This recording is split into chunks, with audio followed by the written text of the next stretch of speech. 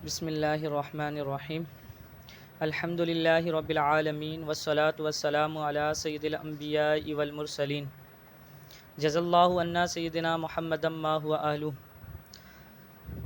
تمام سامعین کو جو سوشل میڈیا کے ذریعے سماعت کر رہے ہیں، آپ تمام کو السلام علیکم ورحمۃ اللہ وبرکاتہ۔ آئیے قربانی کے فضائل و مسائل کے حوالے سے ہمارے درمیان حضرت علامہ مولانا مفتی محمد شفیق الرحمن رضوی صاحب تشریف فرما ہیں۔ السلام علیکم ورحمۃ اللہ وبرکاتہ۔ وعلیکم السلام ورحمۃ اللہ وبرکاتہ۔ علامہ صاحب، ہمارے پاس چند سوالات ہیں قربانی کے حوالے سے، جی جی، اس کے سوالات کے جوابات ارشاد فرما دیں۔ انشاءاللہ۔ پہلا سوال ہے، قربانی کرنا کیا ہے؟ فرض ہے، سنت ہے یا واجب ہے؟ جی، بسم اللہ الرحمن الرحیم۔ قربانی کرنا واجب ہے، قربانی فرض نہیں ہے، نہ ہی سنت ہے۔ قربانی واجب ہے ہر اس شخص پر جو صاحب استطاعت ہو، جو صاحب نصاب ہو، اس پر قربانی ان دنوں میں کرنا اس پر واجب ہے۔ جزاک اللہ۔ علامہ صاحب، اگلا سوال ہے، قربانی کا سلسلہ کس طرح شروع ہوا؟ یہ جواب ارشاد فرما دیں۔ جی، قربانی کا سلسلہ جو اللہ تعالیٰ نے اس امت میں باقی رکھا ہے، یہ یاد ہے حضرت ابراہیم علیہ نبینا علیہ السلام کی۔ باقی قربانی کا سلسلہ تو دیگر انبیاء کرام کے ادوار میں بھی تھا، مگر ان کے ہاں قربانی کا طریقہ الگ تھا۔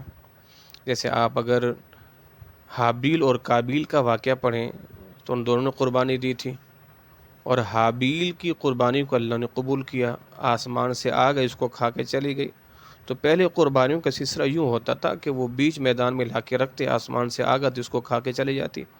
مگر اللہ تعالیٰ اس امت میں جو قربانی کا سلسلہ رکھا ہے نا، وہ جناب ابراہیم علیہ نبینا علیہ السلام کی یاد ہے، اور یہ سرکار علیہ السلام کا صدقہ ہے کہ قربانی ہم کرتے ہیں اور کھاتے بھی ہم ہی ہیں، اور اللہ ہمیں ثواب عطا فرماتا ہے۔ جزاک اللہ۔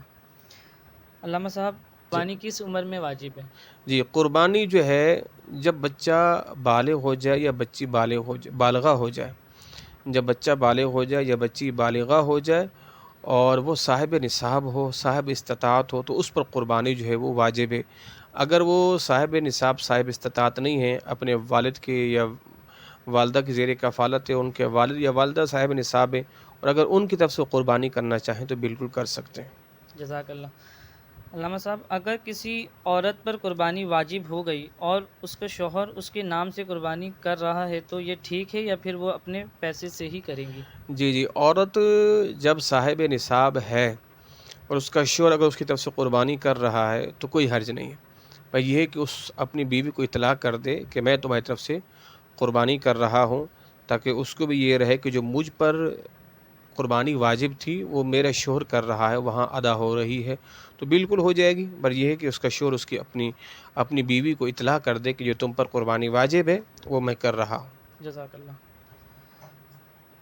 اگر والدین وصیت کرے کہ ہر سال میرے نام پہ قربانی کی جائے تو یہ کیا نفلی کہلائے گا؟ جی، اگر والدین یہ وصیت کر کے چلے جائیں کہ بیٹا میری طرف سے قربانی ہر سال کرنا، ٹھیک ہے جی، اب ظاہر ہے ان پر تو قربانی واجب ہے نہیں، ٹھیک ہے، اب یہ جو قربانی جو بھی کرے گا اس کا ثواب اللہ مرحومین کو عطا فرمائے گا۔ مگر یہاں پر اکثر لوگ تھوڑی سی غلطی کر جاتے ہیں کہ بعض دفعہ ان پر خود قربانی واجب ہوتی ہے، وہ خود صاحب نصاب ہوتے ہیں، مگر اس کے باوجود وہ اپنے والدین کے سارے ثواب میں قربانی کر دیتے ہیں، اپنی طرف سے قربانی نہیں کرتے، تو یہ گناہگار ہوں گے جو اپنی طرف سے قربانی نہیں کر رہے، جو صاحب نصاب ہے۔ باقی والدین نے وصیت کی ہے اور اولاد صاحب نصاب ہے، صاحب استطاعت ہے، تو ہر سال قربانی کرتی رہے تو بالکل یہ قربانی ان کی طرف سے ایک نفلی قربانی ہوگی، یقیناً اللہ انہیں اس کا ثواب بھی عطا فرمائے گا۔ جزاک اللہ۔ قربانی کے گوشت کو کس طرح تقسیم کرنا چاہیے؟ جی، قربانی کے گوشت کو 3 طرح سے تقسیم کریں، یعنی اس کے تقسیم کے 3 حصے بنائیں۔ ایک حصہ غرباء کے لیے، ایک حصہ اعز و اقرباء کے لیے، اور ایک حصہ اپنے لیے۔ اب اگر کوئی شخص، اس کی فیملی بڑی ہے یا اس کے اعز و اقرباء اتنے زیادہ ہیں کہ وہ گوشت کو غرباء تک نہیں پہنچا سکتا یا نہیں دینا چاہتا، تو کوئی حرج نہیں ہے، اپنے رشتہ داروں میں تقسیم کر دے۔ یا اس کی خود کی فیملی اتنی بڑی ہے کہ وہ رشتہ داروں کے لیے بھی نہیں نکال سکتا، تو سارا گوشت اپنے گھر میں بھی رکھ سکتا ہے جب اس کے گھر والے زیادہ ہوں، اس کے اہل و عیال زیادہ ہوں۔ جزاک اللہ۔ علامہ صاحب، 4 بھائی مل کر ایک بکرا لائے اور وہ چاروں اپنی طرف سے قربانی کریں تو کیا چاروں کی طرف سے واجب ادا ہو جائے گا؟ جی، اس صورت میں یہ ہے کہ چاروں اگر مل کے بکرا لائے ہیں اور قربان کر دیا تو کسی کی بھی قربانی نہیں ہوئی، بلکہ اس کو یوں کرنا ہو، کیونکہ اس کے اندر ایک حصہ ہوتا ہے۔ اب چاروں میں سے ایک شخص کے نام پہ قربانی کرنی ہوگی، اب چاروں مل کے تو لے آئیں مگر اس میں حصہ ایک ہی ہوتا ہے، تو چاروں یہ کہیں جناب یہ قربانی آپ کی طرف سے یا آپ کی طرف سے یا آپ کی طرف سے، تو یوں کر لیا جائے، اور یوں کیا ہی نہیں بلکہ وہ لے کے آ کے ذبح کر دی تو قربانی کسی کی بھی نہیں ہوئی، بلکہ اس میں ایک حصہ ہوتا ہے۔ اب تو یوں چار حصے ہو گئے، بیچارہ میری بھی ہے میری بھی ہے میری بھی ہے، تو کسی کی نہیں ہوئی، بلکہ اس کو ایک حصہ مختص کر کے ایک کے نام کی قربانی کریں۔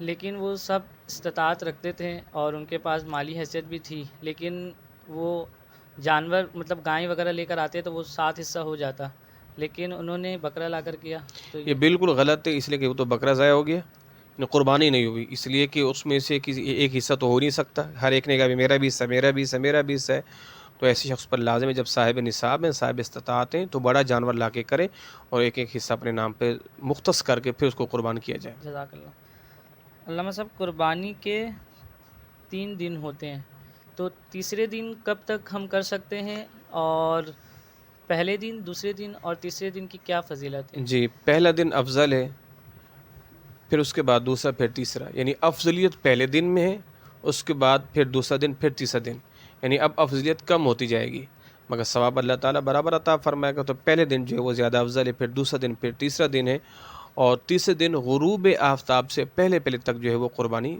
کر سکتے ہیں۔ جزاک اللہ۔